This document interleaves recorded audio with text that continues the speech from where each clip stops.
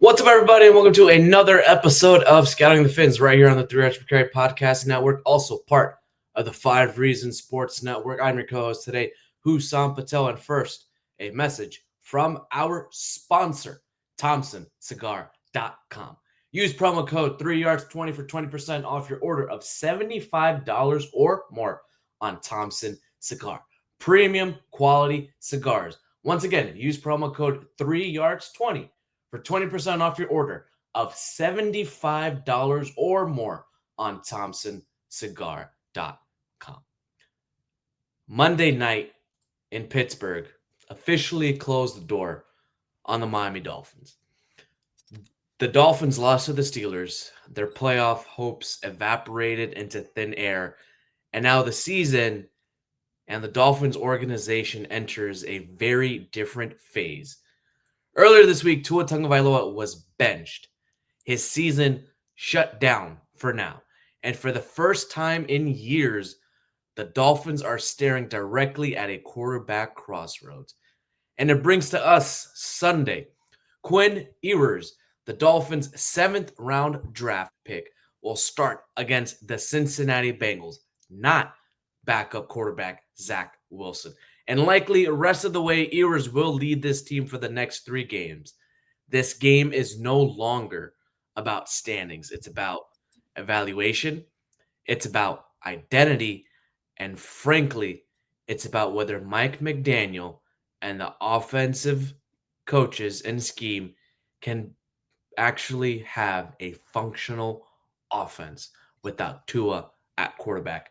My co-host, Eric Whitticky, how are we doing? Doing well. Excited to dig into this, matchup. It's going to be a big game for Quinn Ewers' first start. Soft landing spot against Cincinnati, so that'll be somewhat of a relief, but I'm watching with cautious optimism. Very cautious optimism, I'll say. You're very optimistic already. And let's be clear about Cautious optimism. Cautious is the word. Let's be clear about this, man. Eliminated from playoff contention. 2024 is now a scouting season, and every snap matters for Quinn Ewers, the entire offensive structure. Frankly, Mike McDaniel, this passing game, the defensive sustainability, and the coaching philosophy, especially on both sides of the ball. This is not a meaningless game. This is a baseline setting game, and I think this is more for Mike McDaniel than it is for Quinn Ewers. Yeah, I can agree with that. I mean, you talked about Mike McDaniel proving that he can provide a functional offense without Tua. I mean, let's be honest here. He's had to provide a functional offense without Tua all of this season, really. At least the Tua Tagovailoa that we had grown accustomed to, because he quite frankly just hasn't been the same guy in 2025 as he's been in years past. And I think that Mike, to his credit, was some of the things that some of the wrinkles that he's added to this offense. The jumbo personnel, the 6th offensive lineman, Daniel Brunskill, leaning more heavily into the run game, the run pass ratio being at like a 60-40 split during the 4-game win streak. And now I think Mike McDaniel has a task ahead of him in making this offense work with Quinn. I don't know how much more limiting he can be than Tua was at times, to be really frank, over the last 4 or 5 games. But I think right now what you would be looking for is, can there be any aspect, and again, no one's asking the Dolphins to throw the ball all around the yard. You've got Devon Achane, who's, a top 3 running back in the AFC. You need to lean on him. But on the same token, I think that there is an element of being able to take advantage of more downfield passing attempt when the opportunities do arise, even though they're probably going to be more fit. Yeah. We'll talk about what the new Ewers era looks like for the next 3 games, maybe heading into 2026 as well. But everything is up in this flux. We'll talk about that more later on. But let's take a look at this Bengals matchup. First off, with the Dolphins defense against the Bengals offense. I feel like this is a stress test for the Dolphins defense. I mean, last week in Pittsburgh, the defense just let Aaron Rodgers just slice them and dice them up. And now they face a much more dangerous trio in Joe Burrow and Jamar Chase and T. Higgins. And, the data says that this matchup is pretty volatile. Now, look, Cincinnati's offense is not the same like Pittsburgh, where they were slicing and dicing, they were running the ball, they were able to convert on third and shorts, fourth and shorts, they were able to get explosives on second down. The Bengals' EPA per play on offense is 26 in the NFL. Their run game is actually really good. They're ranked fifth in the NFL, and their success rate is middle of the pack. Miami's defense, however, in terms of EPA per play allowed, they're ranked 23rd. Success rate, they're ranked 26th, and explosive plays allowed, they do that at an 11% per clip, which is 27th in the NFL. We know this Dolphins defense does not get consistently beat, but they get broken by explosive plays, by breakdowns that happen on second downs, on third and shorts, and even fourth downs. The Pittsburgh Steelers were 100% on fourth down conversions, and overall the Dolphins defense ranks last in fourth down conversion, giving it up almost 60% of the time. Yeah, I think the second half against Pittsburgh probably should have been a little bit more predictable than it was, because in hindsight, you're watching that game, and I think it's very clear to anyone watching that the defense was operating on like 150% adrenaline in the first half.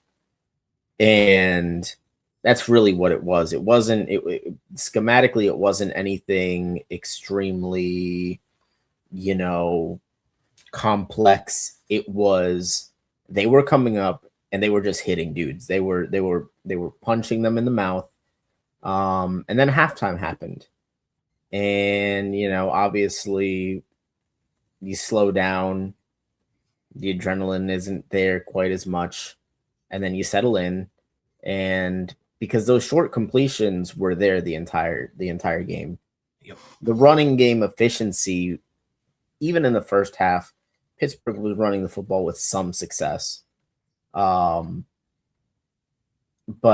Miami consistently was consistently put in positions where they had to defend third and short, fourth and short, and Pittsburgh was happy to take, the quick pass over and over again. Now, granted, you had the big completions when the opportunities arose, but again, they just kind of, it was just death by 1,000 cuts for most of the way down, and then you would get the knockout punch from Aaron Rodgers on a couple deep crossers. And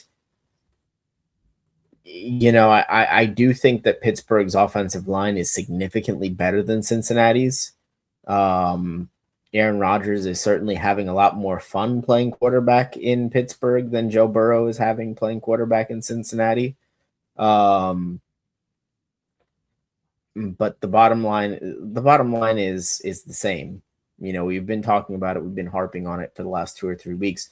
Dolphins are going to have to get home with 4, because if you allow Joe Burrow to sit in the pocket and pick you apart, he will. He struggled this year, but that's really not, I don't think that's really a Joe Burrow problem as much as it's a Cincinnati Bengals problem. Granted, injuries have played a role too, but Joe Burrow can still be Joe Burrow if you give him time to be Joe Burrow. Yeah, I think the Dolphins defense needs to obviously stay out of passing downs. They need to put Cincinnati on second and longs, like second and 7, second and 11s. Obviously, they'll be passing, but they can't allow those deep completions. If you take a look at Cincinnati's offense, they don't really throw that much short. They throw maybe less than 67% of the time, which is 16th in the NFL. But when they do throw short, their EPA is in the negatives. They are the 32nd ranked team when they throw the ball less than 5 yards. Intermediate passes, deep passes, they're, you know, average, but more so on the deep passes, they throw it at almost 12% a clip, and they have a .49 deep EPA, which is ranked 14th in the NFL. So the Dolphins' back end coverage, specifically with the safeties, and we know that Minka Fitzpatrick most likely will not play. That safety play is going to be pretty crucial. Jack Jones and Rasul Douglas cannot lose their footing, especially up against zone coverage against T. Higgins and Jamar Chase. We know Joe Burrow likes to throw to those two guys a lot. But if they're covered up, you could see some intermediate passes to Andre Yoshivash and Mike Gesicki. But all in all, Eric, you said it. When Miami doesn't generate pressure rushing for, they collapse. And it showed up again against Pittsburgh. Their pressure rate was less than 30%, which ranks 26th in the NFL. And their pressure EPA is negative .38, which is 24th in the NFL whenever they do pressure, whenever they do blitz. If Miami doesn't win with 4, blitzing Joe Burrow becomes a losing equation. And not only that, for the run game is a completely different story for the Cincinnati Bengals and a completely different story for the Miami Dolphins. It felt like the Dolphins' defensive line was gassed right as they opened up the second half when Pittsburgh started running the ball efficiently. Now, Pittsburgh is a really good outside zone run team. Cincinnati is not. They run outside less than 35% of the time. They run outside the second least in the NFL. And they run inside in between the guard and the center at almost 67% a clip, which is the second most in the NFL. And they have an above average EPA. They have a negative .06, which is ranked 14th whenever they run the ball on the inside. The Dolphins defense and the interior, completely different story. They are ranked the 21st ranked defense whenever they face an inside run. Their inside run EPA is a negative .05, which is again ranked 21st in the NFL. The Dolphins defense is much better at defending outside runs than they are at defending inside runs. Yeah, and that's really where you can get hurt in this ball game. It sounds weird, but I'm almost a little bit more worried about that because I think that's where Miami's going to get themselves put into those situations where they're vulnerable defensively. As far as the deep passing game goes for Cincinnati, those deep passes tend to be a little bit more long developing plays. So as long as Miami can cover at least cover decently, I think that they should be able to get some pressure on Joe Burrow especially given the state of the Cincinnati Bengals offensive line. But what I am concerned about is Chase Brown coming at you between, right up the middle with the inside zone. And that's where, as you mentioned, the Dolphins defense, it's kind of been that soft underbelly.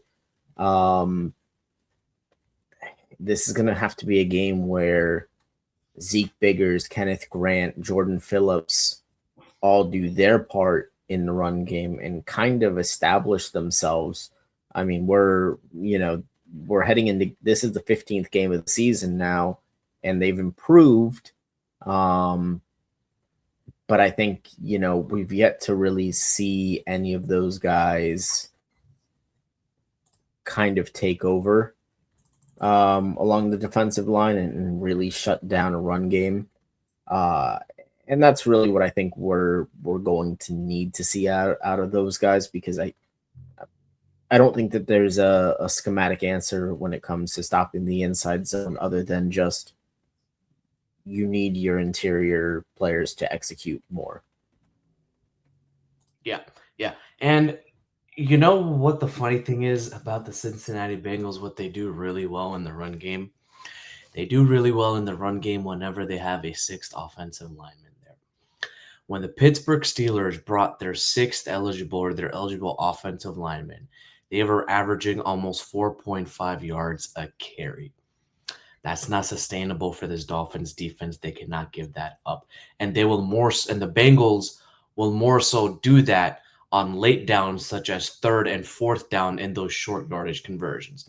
When you take a look at the Cincinnati Bengals data and metrics, you take a look at their early EPA, their early down EPA, and their late down success rate.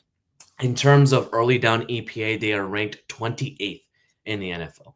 In terms of success rate on late downs, you don't really measure EPA on late downs because whenever you convert on third and fourth down, it's usually going to be a positive EPA, and it is not statistically relevant in the grand scheme of things in terms when you're filtering out towards late downs. It helps towards all four when you consider all downs, but it does not necessarily factor so much when you're just talking about third and fourth down, which is why you take a look at success rate in terms of metric. Are you successful on third and fourth down? Do you convert what is needed more so than how much yardage did you get, or did you get an explosive play out of it? We're measuring based off of success rate. So, in terms of late down success rate, Cincinnati's offense is ranked eighth. They are converting on third and fourth down successfully on 48% of their plays. Miami, they allow offenses to convert at a 56% rate, which is 16th in the NFL. That is where the game will be decided, especially if the Dolphins' defensive line cannot generate pressure with four or if they cannot stop the run, especially up against Chase Brown and whenever the Bengals bring that sixth offensive lineman in. Yeah, I mean it really is kind of the ultimate catch-22 with this Bengals offense. Just given the Dolphins' specific weaknesses, it's not a very good matchup.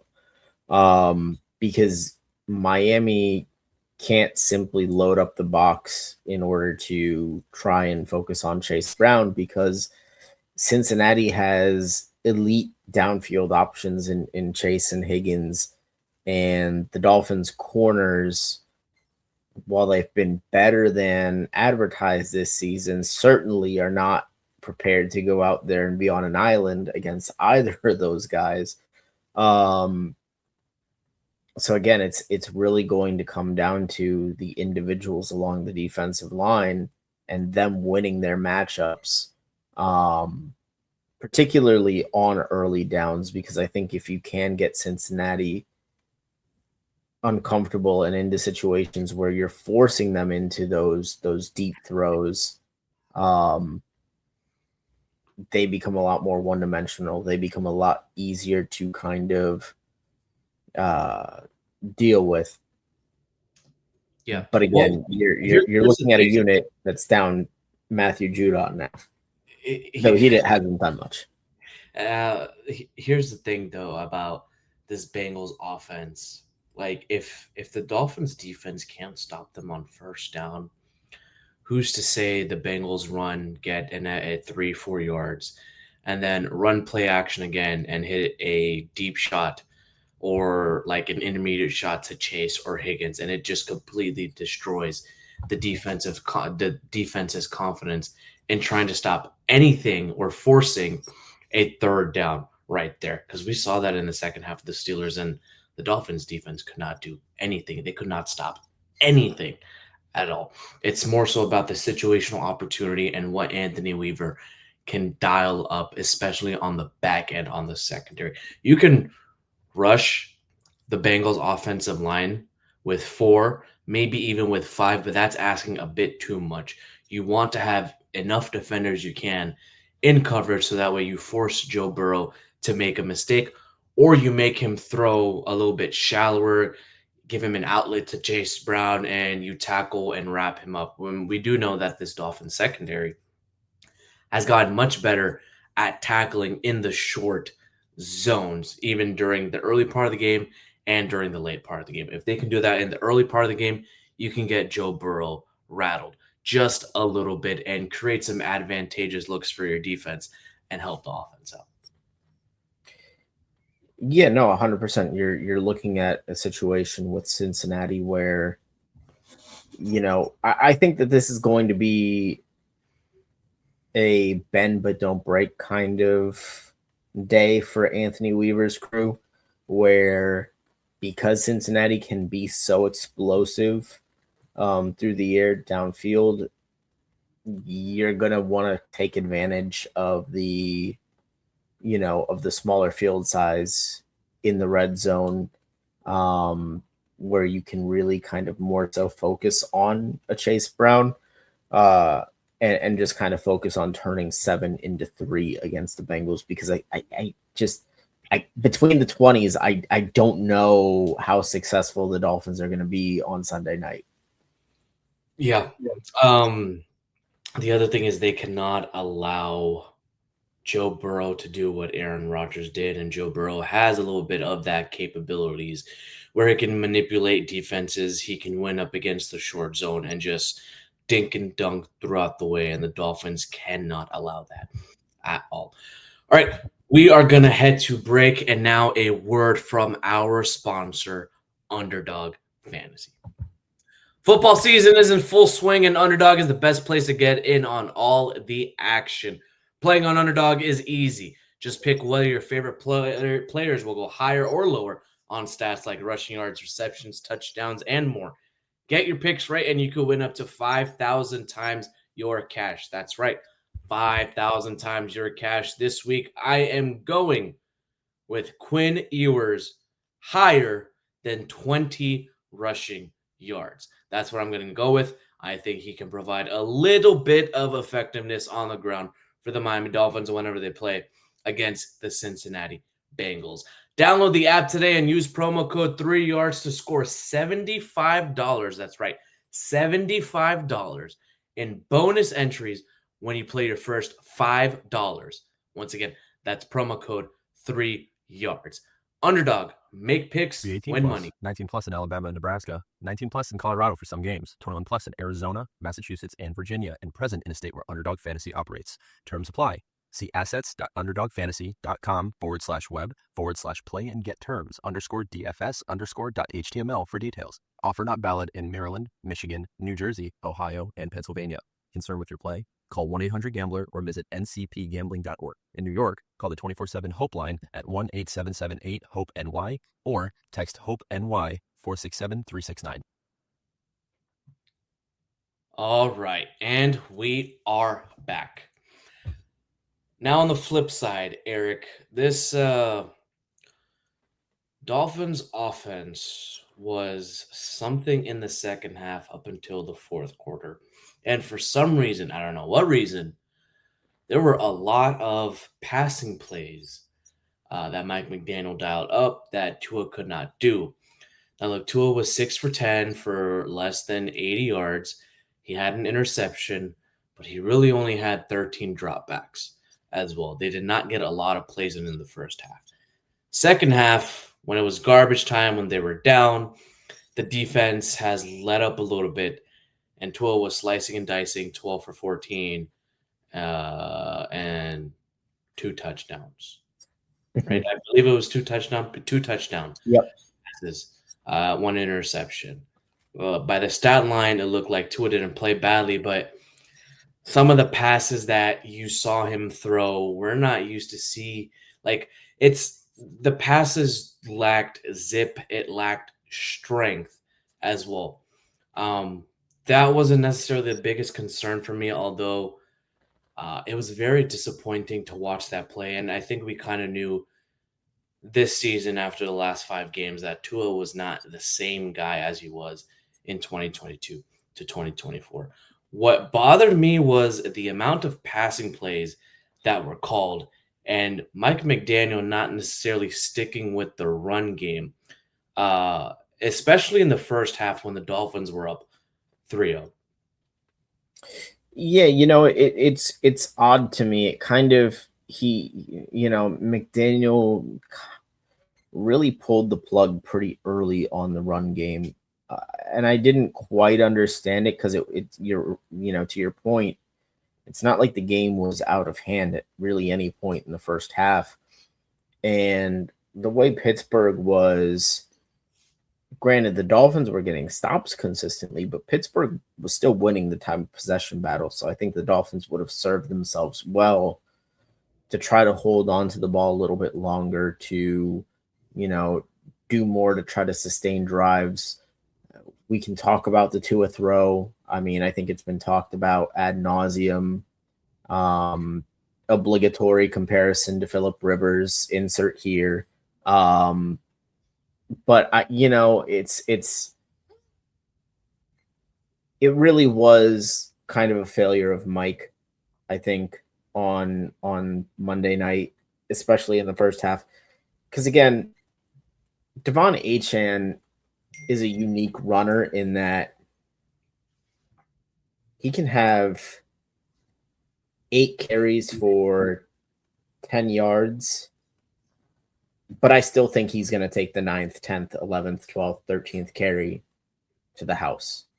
And it's really one of those things where, the Dolphins run game, it's kind of like the meme of the guy, and he's mining. You see the diamonds on the other side, and he just turns around and walks away right before he hits, the diamonds. Because the Dolphins are going to be kind of a feast or famine run game. Devon Achane, on a play-to-play basis, he is very good. But let's be honest, they live off of the explosive plays in the run game when they do get those 20, 30, 40-yard gains. And they live off of him and him. Yeah, Achane, and more Achane. And a little bit of Darren Waller. Yes.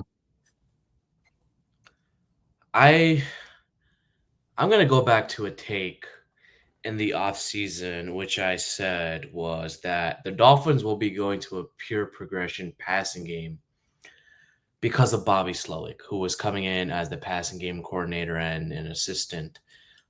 He was the former offensive coordinator for the Houston Texans. And we're seeing a little bit as to why he was let go, amongst other things, in Houston, but we are seeing it now in the passing game.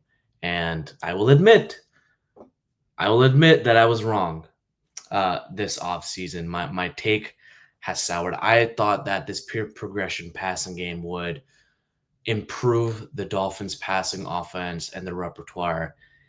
And in turn, it hasn't. And I feel like it's made Tua worse. It's made the quarterback play worse. It's made this offense worse off, too. And it comes with play calling. It comes with how the play was designed and when it's being called for what down and distance, and defenses are just sniffing it out. I mean, we'll talk about Mike McDaniel. First of all, I've said that he's leaned into the RRP model, which is the run, pass model, which is basically run on first down, run on second down, and a pass on third down. Now, it's not always exactly RRP. It's a mix of things, and it's more so about how much he does it on an offensive sequence. Now, on first down, whenever they run, they're world beaters. They're getting 5 yards a pop, almost 6 yards a pop. That is successful. They're bottom of the league in seconds down. They are like 30% successful on second down when they need 4 yards or more to get the first down, or very close to the first downs. And they're average on third downs.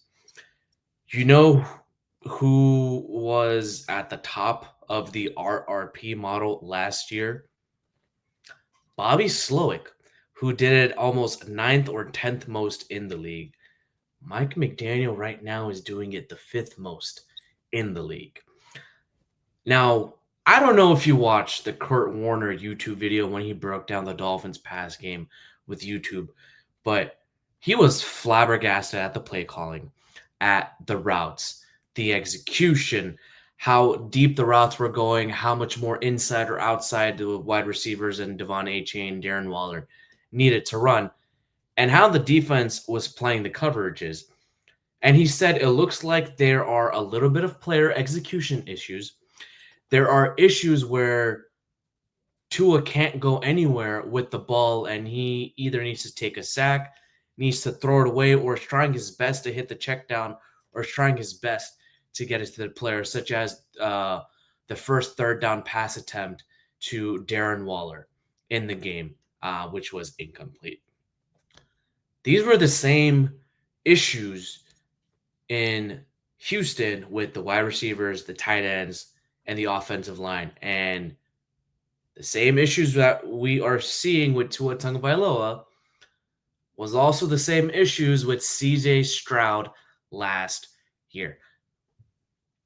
Take a look at the narrative of what CJ Stroud has done his first year, what the narrative was last year, his sophomore season, and what the narrative is now.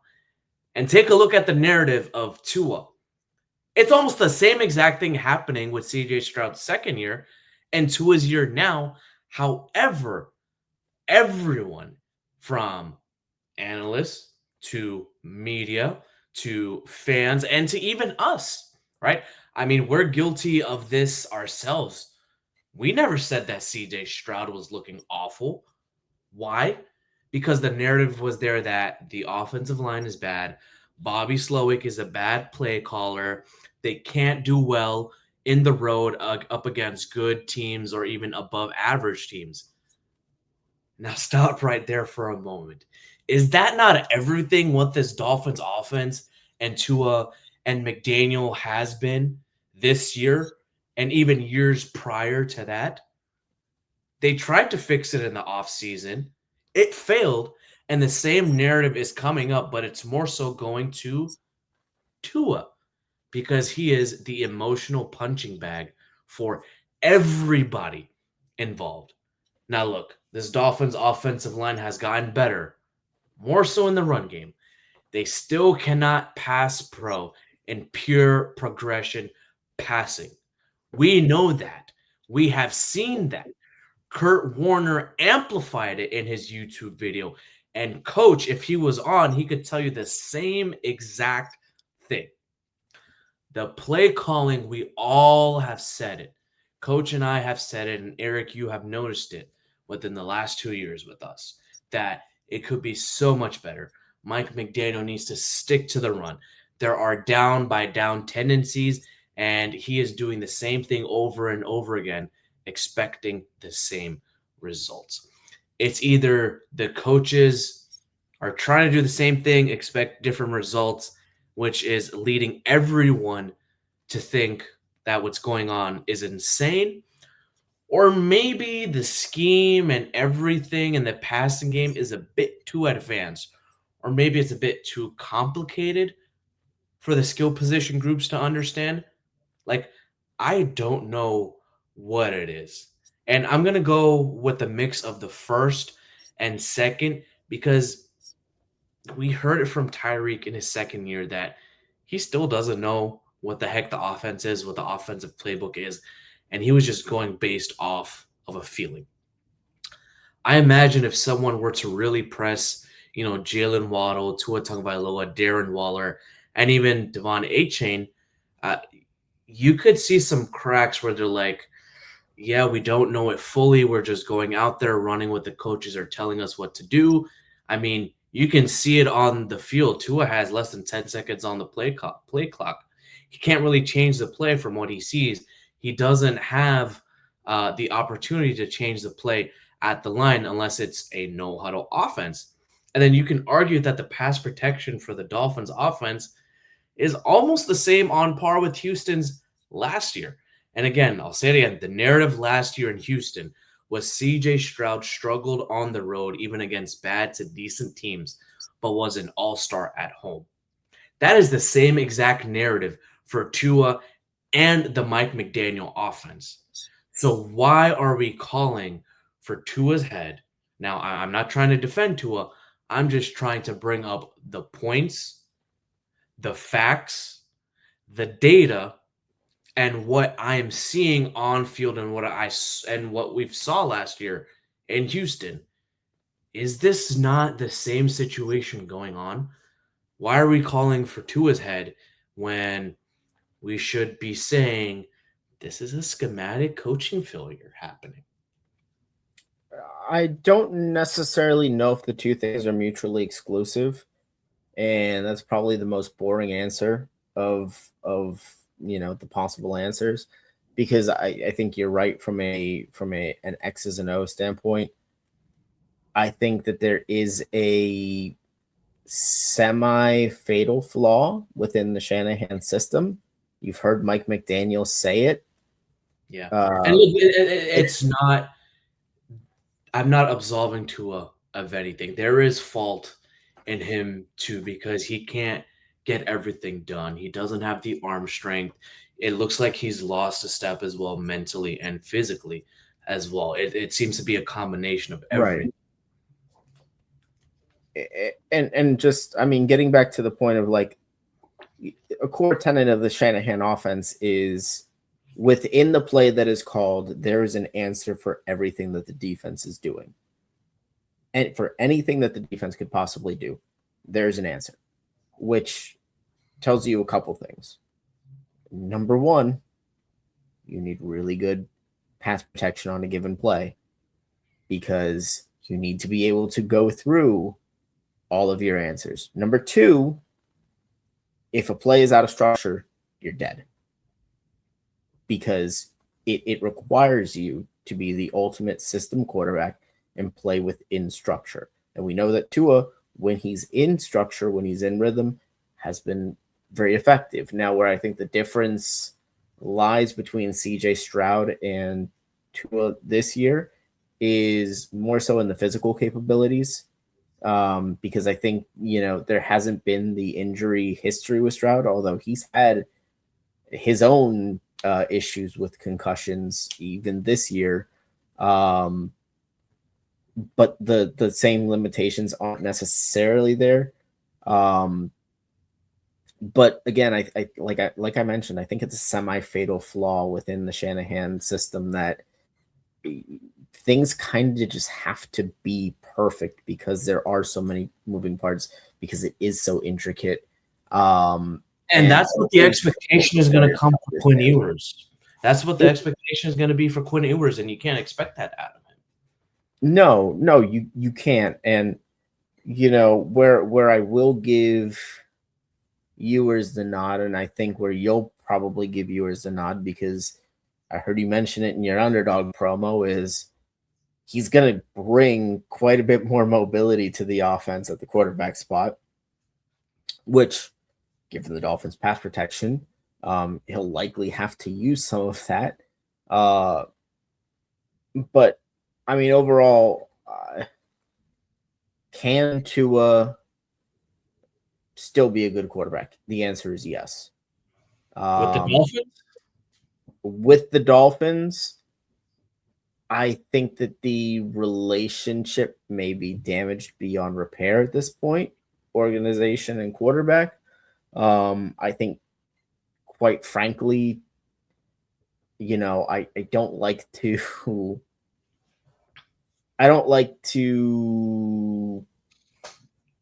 pontificate on certain things very much.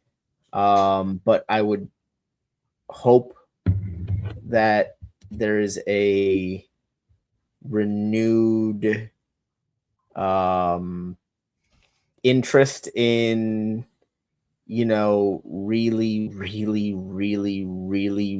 working out in the off season, just in order to get some of that mobility back, some of that core strength, to where you can drive on some of those throws that just hasn't been there this year. But if we're just looking at this game and some of the things that I think we can look at in terms of similarities, is that I think Quinn Ewers was chosen over Zach Wilson to start this game because he does have, granted, not very many similarities, but he does have more traits that Tua possesses when you talk about the quicker release, and the ability to kind of layer in some of those intermediate throws. But where he's going to be tested is really his ability to read the defense pre-snap. And that remains to be seen. Yeah. We're getting to the Ewers era, just into the Cincinnati game. He's got 3 games left to play this season, and we're all going to be watching, and I think everyone is hoping that he turns out to be like Brock Purdy. Well, look, this is his moment up against the Cincinnati Bengals, and if Mike McDaniel cannot call the plays for Quinn Ewers like he did not do with Tyler Huntley, like he did not do with other quarterbacks besides Tua, I think we're going to have a different conversation, and we have a whole nother problem in our hands because this Cincinnati defense, it is bad. I mean, really bad. They are 32nd, dead last in EPA per play allowed, dead last in success rate allowed, dead last in explosive plays. They are first in explosive plays allowed. Let me rephrase that. They are first in explosive plays allowed. They are vulnerable everywhere. And the thing is, Miami's offense hasn't been consistent enough to simply take advantage. That's where the structure matters. We know that the run game is the foundation of this offense. And this is where Cincinnati is at the weakest. Cincinnati allows, a 0.13 outside zone run EPA. That 0.13 is the 3rd worst in the NFL. The Miami Dolphins, 6th best in the NFL. If Mike McDaniel commits to the run game, to those stretches, those tosses, motion created leverage on early downs, especially 1st and 2nd down, they're going to control the game. They have a very, very good chance of winning. But here's the non-negotiable. Obviously running really well on 1st down and hitting the pass through play action passes. If the offense and Quinn Ewers cannot hit the passes on play action passes, especially up against the Bengals defense that is league worst in 2 high shells, is it going to be a problem all game? Now, granted, I do think Quinn Ewers is going to be a little bit rusty for the first 2 or 3 drives, and hopefully he finds his rhythm. But if he can't take advantage up against slower linebackers that the Bengals have, and the Bengals defensive line that cannot necessarily rush the passer that well, this offense will not survive, and Quinn Ewers may not survive the game. He could look much worse than Tua Tagovailoa has this entire season. I think there's a chance of that, but I do think that there's a built-in floor, just given the way that the offense has been run and how run-heavy they've been, and how effective Devon Achane has been. If Mike McDaniel is willing to stay committed to the run, and I would suspect that with Quinn Ewers in at quarterback, he will be a little bit more inclined to do so. With that being said, I think that when it comes to Quinn, it's going to be a test for Mike McDaniel from a play calling standpoint of, okay, can we go from doing calculus to just doing algebra? Or you mean geometry in this case? Or geometry. Can we simplify this thing for Quinn in a way that you're taking a little bit more off of his plate, because he has run a somewhat similar offense, coming from Texas with the Steve Sarkisian system, but obviously between the pro level and the college levels, there's a world of difference. I think that when it comes to some of the things that Tua did well as far as being able to kind of hit his back foot and hit the glance routes. I think that that's something that Quinn can do. I don't know how consistent he can be with it, but it's something that we have seen him do before. I think that if there's a player that is going to be his best friend right away, it's going to be Darren Waller on some of those intermediate routes. They can actually put Darren Waller on the field early on. Well, they're gonna have to. I would hope. But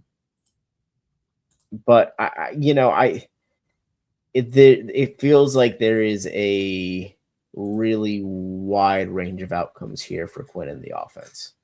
I think the most important thing in this game is not necessarily if Quinn Ewers can lead this team to win in this offense to win. I think it's more so about his evaluation to see if the ball can come out on time.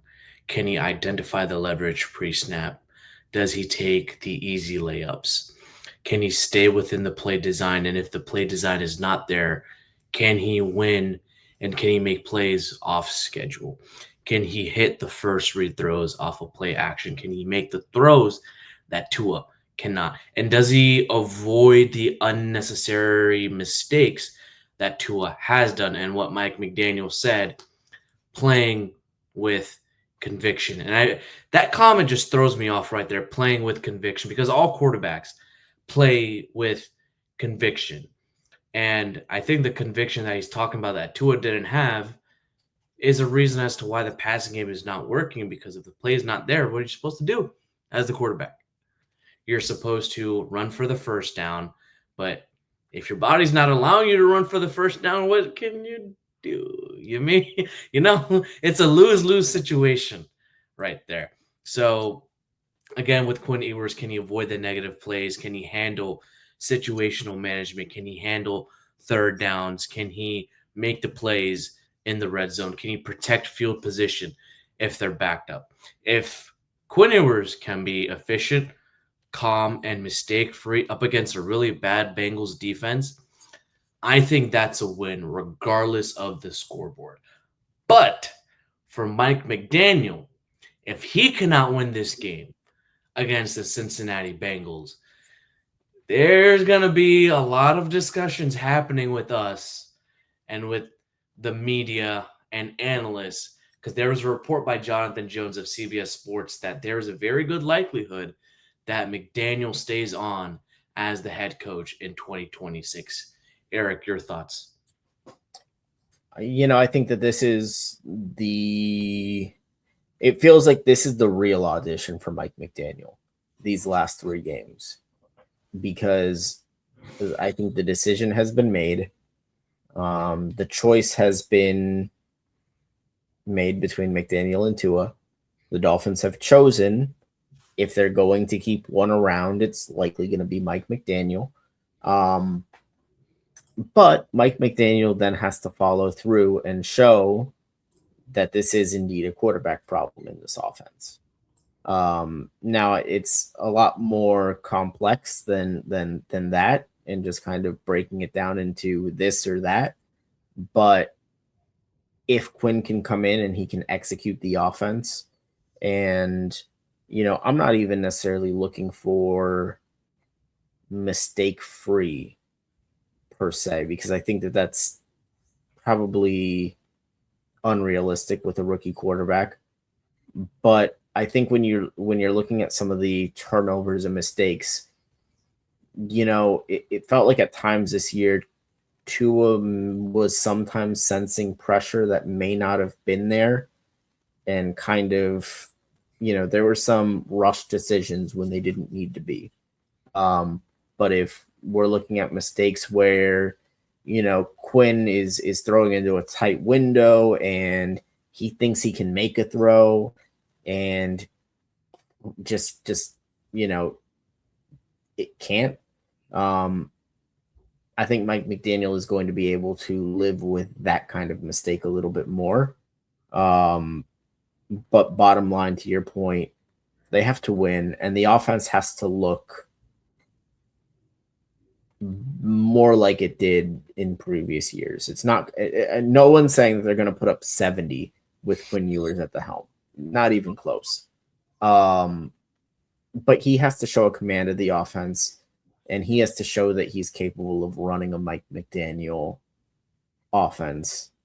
I think in order for Mike McDaniel to prove worthy of leading the team in 2026, because he's going to go into Stephen Ross's office and he's going to, for lack of a better term, throw Tua under the bus, because that's the reality of this business. Guys want to keep their jobs, and oftentimes competing interests pit them against each other. But Mike McDaniel has to be able to have some sort of results to point to. And the results that he points to are going to be these last 3 games. And so whatever happens in these last 3 is going to be a huge factor in determining whether he stays on in 26. And if Quinn Ewers looks really, really bad in his first start, it's not going to be Quinn Ewers' fault. It's going to be Mike McDaniel's fault, especially up against this really, really bad ranked Cincinnati Bengals team. And if Quinn Ewers looks completely lost, can't get anything done, I think that's the biggest indictment on Miami's play caller and head coach. And there's going to be another narrative in the fold. All right, stick with us here on Scouting the Fins, also part of the 3 Yards Per Carry podcast, also part of the 5 Reasons Sports Network. My gracious co-host, Eric Wadicki, and I'm your co-host, Hutam Patel. Stick with us here. As always, go Fins.